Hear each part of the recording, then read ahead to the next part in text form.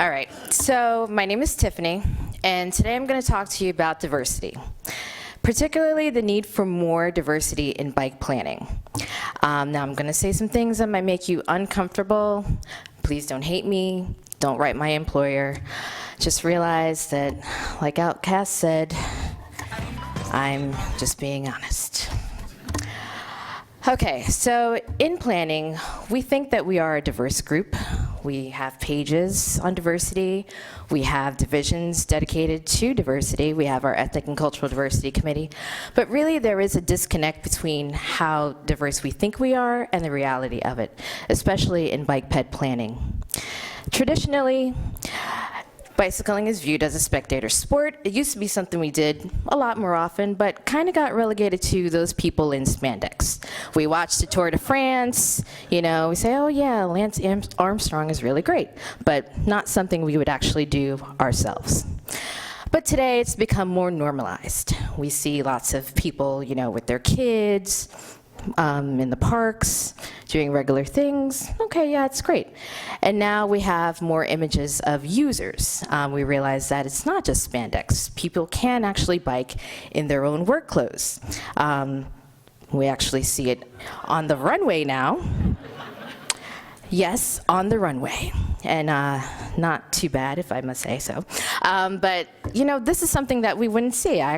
Last year, I went to the Tour de Fashion in New York City, and they actually had these bikes. The designers actually created bikes specifically for this event.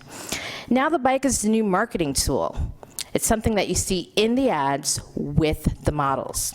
That's something totally out of the ordinary. And these are, mainstream designers doing these things. And so besides that, we actually also see your bike is not just for kids anymore. This is not your Huffy bike. This is, $1,000 bike. Hermes bikes. I mean, who gets an Hermes bike? I certainly cannot afford anything of this nature. But they are out there. And so we're gearing it not just for kids, towards adults now. It's in the mainstream. We've got articles about it. We've got blogs about it. We've got, your weekend guide. What can you do on a bike this week? Got Tina Fey on a bike. So, and, I continuously see celebrities on bikes, and I'm like, wow, this is very interesting. So besides that, what happened here? Yeah, no one. And we actually started this thing in the office where I said, we would have, see any one of those ads, and I say, well, where are the people of color? Do no people of color ride bikes? I have no idea where they are. And I'm not just talking about stage photos. These things are not real. This is, you might see this in an ad, but who rides their bike with the dress like that? I don't know. But besides stage photos, can we actually get real photos of people? I know there are people out there. These people are real people. I've taken these pictures. Can we get more images of people that look like us so that we can relate to it? I don't relate to the other people. I relate to people like this because they look like me. So that's what we need to see. And I'm sorry, I'm breathing really hard. The PBIC, 28 images tagged with diversity. I'm going to show you some of these. Do these really look diverse to you? It's tagged as diverse because there's one person of color in these pictures. We really have to do better than this. Now this is me. I used to only be able to ride a three-wheeler. Last year I learned to ride a bike because I got tired of being harassed in my office as a bike ped planner that does not know how to ride a bike. So I said, I got to stop talking about it and be about it. But what is different in these communities?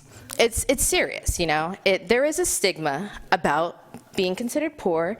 Cars are an indicator of success. And time. That picture right there, I know there's a myth about black women not getting their hair wet. It's serious. It's not just about being wet. It's about the time it takes to get your hair done. But seriously, usage patterns. This is the serious part, no laughing.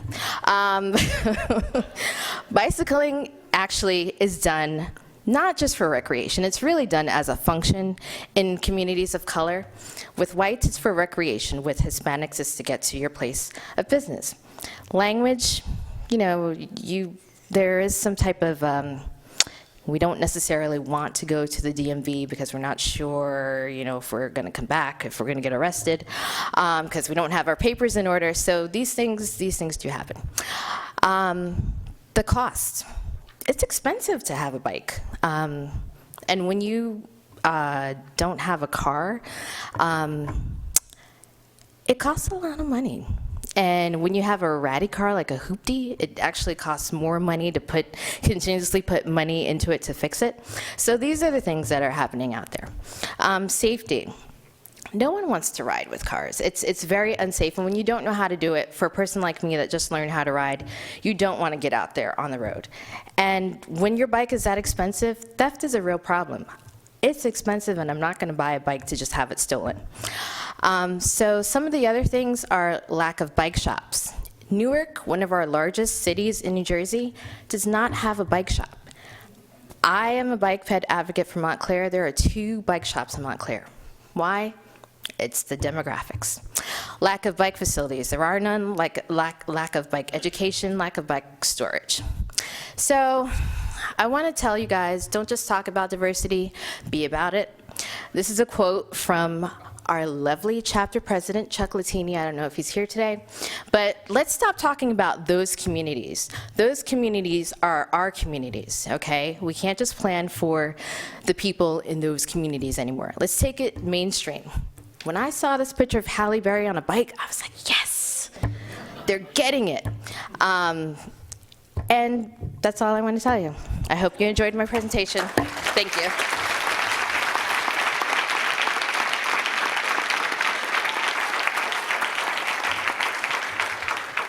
Okay, so now we have the younger generation with a good PowerPoint and funny.